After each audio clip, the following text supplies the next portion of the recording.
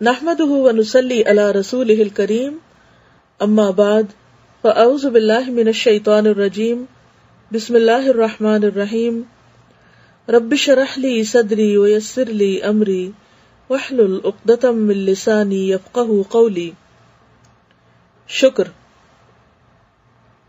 شکر یہ ہے کہ آدمی خدا کی نعمتوں کا اعتراف کرے.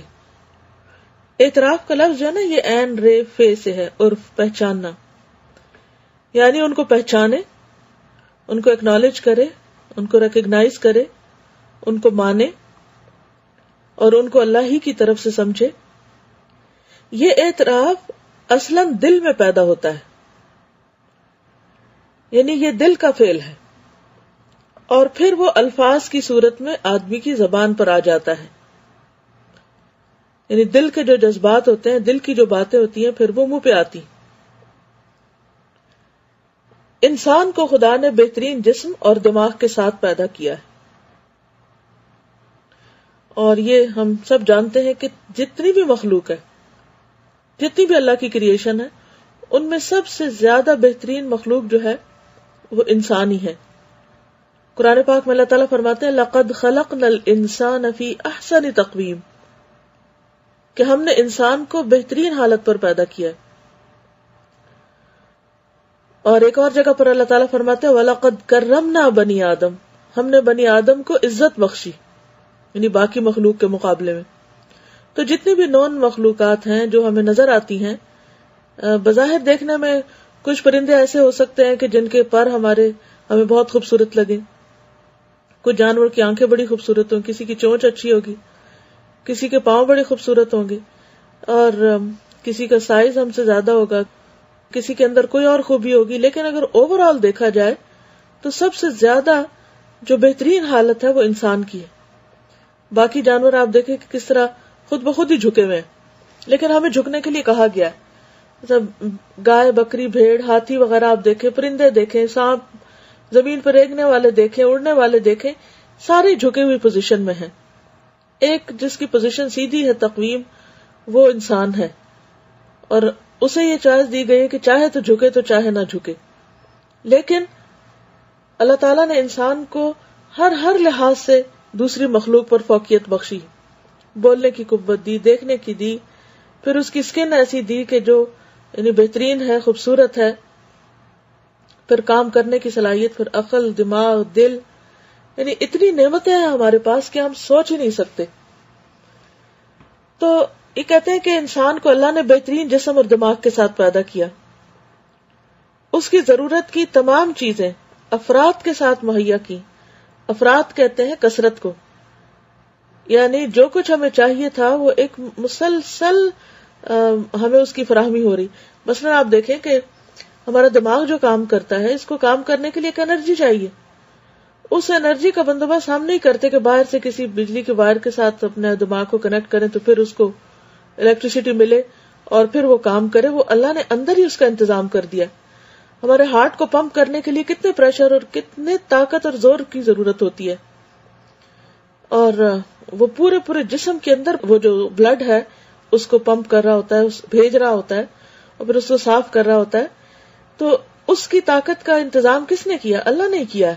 وہ ہمیں باہر سے نہیں سپلائی کرنی پڑتی، اور ساری طاقت جو ہے وہ ہمارے جسم کے اندر سے آتی ہے. اور جسم کو طاقت دینے کے لیے ہم کھانا کھاتے ہیں، ان کھانوں میں اللہ نے کیسی لذتیں رکھ دی ہیں، کیسا ٹیسٹ اور مزہ رکھ دیا ہے. اگر ہمیں بھی گھاس چبانی پڑتی، جیسے گائے دودھ دینے کے لیے گھاس چباتی رہتی ہے، کھاتی رہتی ہے، جس میں نہ کوئی ٹیسٹ ہوتا ہے، نہ کوئی خاص خوشبو ہوتی ہے، نہ کوئی خاص مزہ ہوتا ہے، تو بیچاری کو منوں کے حساب سے وہ گھاس کھانا پڑتا ہے اور ڈھیروں پانی پینا پڑتا ہے کہ وہ ہمارے لیے ایک فیکٹری کا کام کرتی ہے. لیکن اس کی اپنی زندگی میں کوئی مزہ نہیں ہے، نہ اس کے پاس عقل ہے، نہ جذبات ہیں، اگر ہے بھی تو محدود سے بس مخصوص چیزوں کی حد تک، اور اس کے کھانے میں ورائٹی بھی کوئی نہیں، اور بھی کچھ نہیں، اس کی کوئی چوائس بھی نہیں ہے. لیکن اس کے مقابلے میں اللہ تعالیٰ نے ہماری تمام ضروریات، صرف کھانا پینا نہیں، باقی بھی جتنی ضروریات ہیں ہماری، جو خواہشات ہیں، مثلا ہمیں بچوں کی خواہش ہوتی ہے تو اس کے حصول میں ہمارے لیے کتنی خوشی رکھ دی. تو یہ ساری چیزیں اس نے افراد کے ساتھ، یعنی کثرت کے ساتھ کنٹینیوسلی ہمیں مہیا کی ہیں. زمین اور آسمان کی تمام چیزوں کو انسان کی خدمت میں لگا دیا ہے. چاہے وہ پودے ہیں، چاہے وہ جانور ہیں، بھیڑ بکری ہے یا اور مخلوق ہے، یہ سارے ڈائریکٹلی یا انڈائریکٹلی ہمارے ہی کام کر رہے ہیں. ویسے کچھ جانور ایسے ہیں یا کچھ انسیکٹس ایسے ہیں جو زمین کے اندر رہ کے زمین کو زرخیز کرتے رہتے ہیں، کچھ اس کا زہر چوستے رہتے ہیں، اور اسی طرح درخت جو ہے وہ جہاں خوبصورت ہے وہاں ہمارے لیے آکسیجن بھی فراہم کرتے ہیں، ہماری ہوا کو صاف کرتے رہتے ہیں. تو یہ سارے دراصل ہماری خدمت میں لگے ہوئے ہیں. زمین پر زندگی گزارنے یا تمدن کی تعمیر کرنے کے لیے جو جو چیزیں مطلوب تھیں وہ سب وافر مقدار میں یہاں مہیا کر دی. یعنی جو کچھ ہمیں چاہیے تھا، ہمیں انڈیویجولی بھی یا ایک سوسائٹی کی حیثیت سے، تو وہ سب کچھ اللہ نے ہمیں خوب عطا کیا. سورج کی روشنی، پانی کی کثرت، بارش، بادل، ہوا، اور بذات خود مٹی کی شکل میں زمین میں جو قدرت اور جو طاقت رکھ دی. انسان ہر لمحہ ان نعمتوں کا تجربہ کرتا رہتا ہے. یعنی اس وقت بھی میں اور آپ جو بول رہے ہیں، یہ سن رہے ہیں یا جو سمجھ رہے ہیں یا محسوس کر رہے ہیں، یہ سارا اللہ کا احسان ہے، اللہ کی نعمت ہے. یہ بھی اگر وہ ہمیں کان نہ دیتا، وہ زبان نہ دیتا، وہ دماغ نہ دیتا، وہ دل نہ دیتا، وہ یہ موقع اور وقت نہ دیتا، یہ سہولت جو دی ہے انٹرنیٹ کی شکل میں کہ ہم گھر بیٹھ کے ایک دوسرے سے سکھا رہے ہیں، تو یہ دراصل کیا ہے؟ یہ اللہ ہی کی نعمت ہے جس کو ہم ایکسپیرینس کر رہے ہیں. اس لیے انسان پر لازم ہے کہ وہ ہر لمحہ خدا کی نعمتوں پر شکر کرے. اس کا قلب یعنی دل خدا کی نعمتوں کے احساس سے سرشار رہے. یعنی ہر وقت اس کے اوپر ایک نشہ سا ہو اس احساس کا کہ میرے پاس کیا کچھ ہے، مجھے کتنا کچھ ملا ہے. تو آپ دیکھیں گے کہ پھر دل سے جو غم اور غصے کے اور فرسٹریشن کے احساسات ہیں وہ ختم ہونے لگتے ہیں جب آپ کی نظر ہر وقت اس پر رہے کہ میرے پاس میں اس وقت کیا فائدہ اٹھا رہی ہوں اور مجھے اس وقت کیا مل رہا ہے. یعنی جب ملنے پر توجہ رہے، کھونے پر نہیں. شکر کی اصل حقیقت اعتراف ہے. یعنی مانے تو صحیح انسان کہ وہ اس کے پاس ہے، کیونکہ ہم اکثر تو مانتے ہی کوئی نہیں کہ ہمارے پاس کچھ ہے. جس چیز کو انسان کے سلسلے میں اعتراف کہا جاتا ہے اسی کا نام خدا کی نسبت سے شکر ہے. یعنی اگر آپ کسی انسان کے احسانات کا ذکر کرتے ہیں یا ان کو مانتے ہیں تو وہ اعتراف کرنا ہوتا ہے، اور اگر اللہ کی نعمتوں کو مانتے ہیں تو یہ شکر ہے. اعتراف کا لفظ انسان کے مقابلے میں بولا جاتا ہے اور شکر کا لفظ خدا کے مقابلے میں. شکر تمام عبادتوں کا خلاصہ ہے. یعنی نماز بھی ہم جو پڑھتے ہیں، یہ روزہ رکھتے ہیں، یہ حج یا زکوٰۃ، یہ جو کچھ بھی ہم کرتے ہیں وہ دراصل اللہ کا شکر ادا کرنے کے لیے کرتے ہیں. اللہ کو ان چیزوں کی ضرورت نہیں ہے، ان عبادات کی. عبادت کی تمام صورتیں دراصل شکر کے جذبے ہی کی عملی تصویر ہیں. یعنی شکر ادا کرنے کا عملی طریقہ ہے. شکر سب سے زیادہ جامع اور سب سے زیادہ کامل عبادت ہے. شکر خدا پرستانہ زندگی کا خلاصہ ہے. یعنی وہ شخص حقیقی میں اللہ کا بندہ ہے اور اللہ کے ساتھ اس کا مضبوط تعلق ہے جس کے اندر شکر کی کیفیت ہے. شکر کا تعلق انسان کے پورے وجود سے ہے. ابتدائی طور پر آدمی اپنے دل اور اپنے دماغ میں شکر کے احساسات کو زندہ کرتا ہے، پھر وہ اپنی زبان سے بار بار اس کا اظہار کرتا ہے. یعنی جب دل میں یہ احساس تازہ ہوتا ہے تو پھر خود بخود زبان پہ الحمدللہ آتا رہتا ہے. اس کے بعد جب شکر کے جذبات قوی یعنی مضبوط ہو جاتے ہیں تو انسان اپنے مال اور اپنے اثاثہ کو، یعنی جو کچھ جو اس کی ملکیت میں ہے، جو اس کے پاس ہے، اظہار شکر کے طور پر خدا کی راہ میں خرچ کرنے لگتا ہے. یعنی پھر وہ آگے بھی دینے لگتا ہے. اسی طرح اس کا جذبہ شکر اس کو مجبور کرتا ہے کہ وہ اپنے وقت اور اپنی طاقت کو اس خدا کی راہ میں صرف کرے جس نے اس کو وقت اور طاقت کا یہ سرمایہ دیا ہے. یعنی یہ سب کچھ جس نے دیا ہے، پھر انسان کیا چاہتا ہے کہ واپس اسی کو دے، کیونکہ اس کا احسان بڑا ہے. لہذا اگر وہ بندوں کو بھی دیتا تو دراصل بندوں کو نہیں دیتا، وہ اللہ ہی کو دے رہا ہوتا ہے اور اللہ ہی سے اس کا اجر چاہتا ہے، اور وہ اپنے محبت کے جذبات کے اظہار کے طور پر دیتا ہے. جیسے کوئی انسان کسی کو تحفے کے طور پہ کوئی چیز دے تو تحفہ اس لیے تو نہیں دیا جاتا کہ دوسرا شخص جب اس کا محتاج ہے، لیکن وہ اپنے دل کی محبت کے جذبات کا اظہار ہوتا ہے. اسی طرح جب ہم اللہ کے نام پر کوئی بھی کام کرتے ہیں تو دراصل وہ ہمارے جذبات کا اظہار ہونا چاہیے، نہ کہ یہ کہ نعوذ باللہ یہ سوچے کوئی کہ اللہ کو اس کی ضرورت ہے یا چونکہ اللہ نے کہا ہے تو اس لیے ہم کر رہے ہیں. ہمارا وجود پورا کا پورا خدا کا دیا ہوا ہے. ہم ایک ایسی دنیا میں جیتے ہیں جو سب کا سب خدا کا عطیہ ہے. یعنی جو کچھ بھی ہمارے پاس ہے، دائیں بائیں، خود ہمارا اپنا وجود، سب خدا کی دین ہے. اسی حقیقت کے اعتراف اور اظہار کا دوسرا نام شکر ہے. یعنی ایک طرف انسان مانتا ہے کہ یہ اسی کی طرف سے ہے، اور دوسری طرف انسان اس کا اظہار کرتا ہے. تو گویا انسان کی زندگی انہی کیفیات کے درمیان میں ہے. اگر انسان اللہ سے یہ سب کچھ منسوب کرتا ہے کہ اسی نے کیا ہے سب، تو یہی دراصل توحید ہے. اللہ کے علاوہ دوسروں کی طرف ان چیزوں کو منسوب کر دینے کا نام شرک ہے. تو اللہ تعالیٰ سے دعا ہے کہ وہ ہمیں عمل کی توفیق دے. اگر اس ٹاک کے اوپر اگر آپ سمجھتی ہیں کہ کوئی اپنے کمنٹ زبانی شیئر کرنا چاہتا ہے، یعنی اگر سننے کے فوراً بعد کسی کے دل میں کوئی بات آ رہی ہو یا کوئی احساس جاگا ہو تو وہ اپنے احساس کو شیئر کر سکتے ہیں. ایک بات پر اگر آپ لوگ غور کریں کہ جب دل میں اللہ کی نعمتوں کا احساس جاگتا ہے نا تو دل خوشی سے بھر جاتا ہے اور آپ ایک مطمئن انسان ہو جاتے ہیں. پھر وہ جو پہلے بات ہوئی تھی نا کہ انسان دوسروں کے رویوں سے اوپر اٹھ کے معاملہ کرے، وہ کیفیت اسی وقت آتی ہے. یہ ساری چیزیں جتنے بھی ٹاپکس ہم پڑھ رہے ہیں یہ انٹر ریلیٹڈ بھی ہیں. وہ کیفیت اسی وقت دل میں آتی ہے جب انسان کے اندر کچھ پانے کا احساس ہوتا ہے، جب وہ سمجھتا ہے کہ میرے پاس بہت کچھ ہے.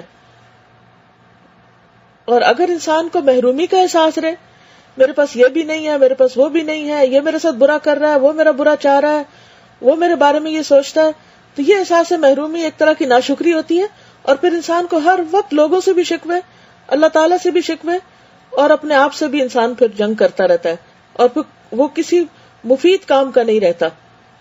اگر ہم ایک دن کے لیے بھی سوچ لینا کہ میں نے کیا کھایا اور گائے نے کیا کھایا، میں نے مالک کا حکم کتنا مانا اور اس نے کتنا مانا، میں نے کیا دیا ہے، کتنا نفع پہنچایا اور گائے نے کتنا نفع پہنچایا، تو آپ دیکھیں گے کہ پھر ہم اگر اتنا بھی نہیں کرتے جو گائے کرتی ہے تو پھر ہماری کیا وقت ہے، پھر ہماری کیا حیثیت ہے، پھر ہم نے کیا کیا.